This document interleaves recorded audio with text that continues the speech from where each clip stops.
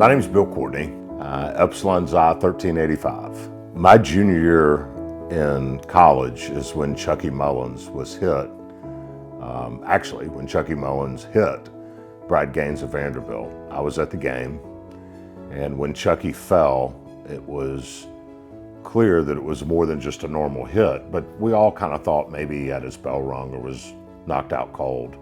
News came out later the next day that Chucky was quadriplegic, and it was a time when people at Ole Miss still waved Confederate flags. The band played Dixie, and Coach Brewer at the time was always trying to get people to listen that stuff, while 99% of the people in the stadium were just supporting Ole Miss, he was trying to explain that as we were seeing nationally and on TV, it led to questions about racism and what people thought about the Ole Miss student body that was an inaccurate narrative, candidly. So the university was grappling with the old and the new and how we handled all of that. And oddly, this 18-year-old black kid from Russellville, Alabama, healed us.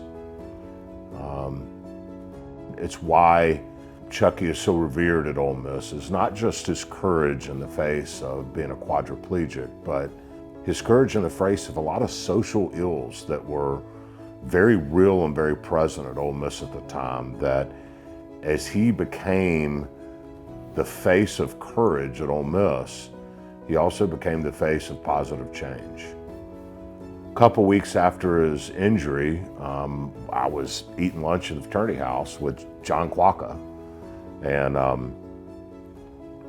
we always read the Daily Mississippian. They delivered it to the fraternity houses back in those days, and we were sitting there thumbing through the Daily Mississippian eating lunch, and on the sports page was a story about a guy named Alan Moore, who was a 17-year-old kid in Lauderdale, Mississippi, who had the exact same injury Chucky had that Friday night.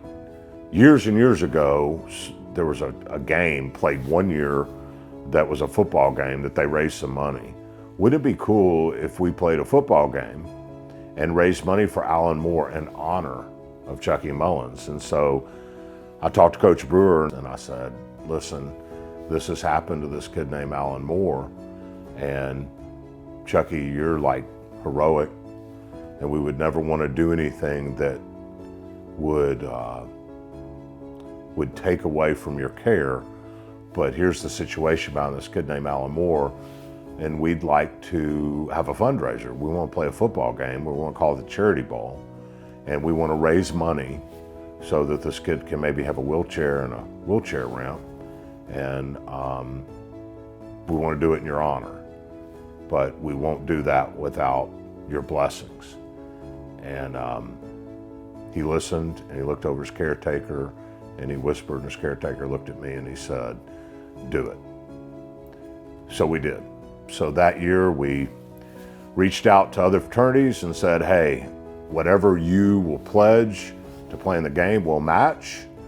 And to their credit, Phi Delta Theta stepped up and said, we'll do it. And the first Charity Bowl was played at Oxford High School for a kid named Alan Moore in honor of Chucky Mullins. And that event, we raised $15,000, which at that time was bigger than our wildest dreams. It may be one of the honors of my life that I can say I was part of the beginning of something that now has gone on for 33 years and raised $3.5 million for folks who have suffered, that I am, beyond excited and inspired by this year's Epsilon Xi chapter.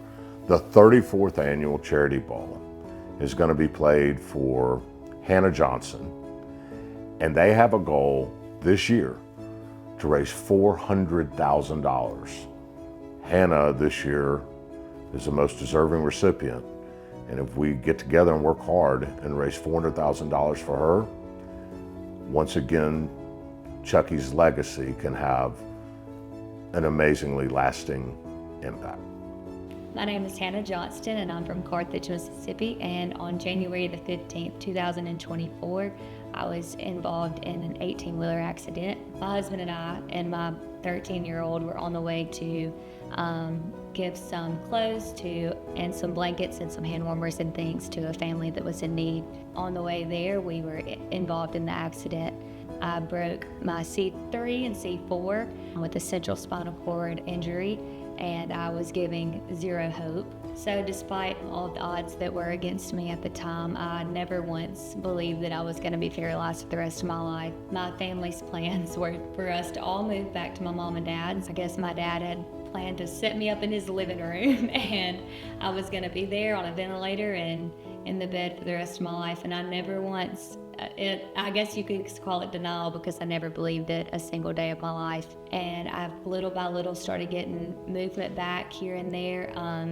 There's this really sweet video that my husband caught where I just started barely moving my thumb, and we would have thought that I had ran, a triathlon or a marathon or something, and I don't know, finished first place.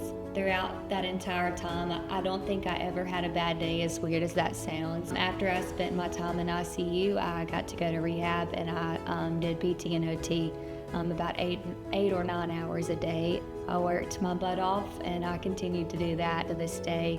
I have regained some strength, but I still have a lot left to do.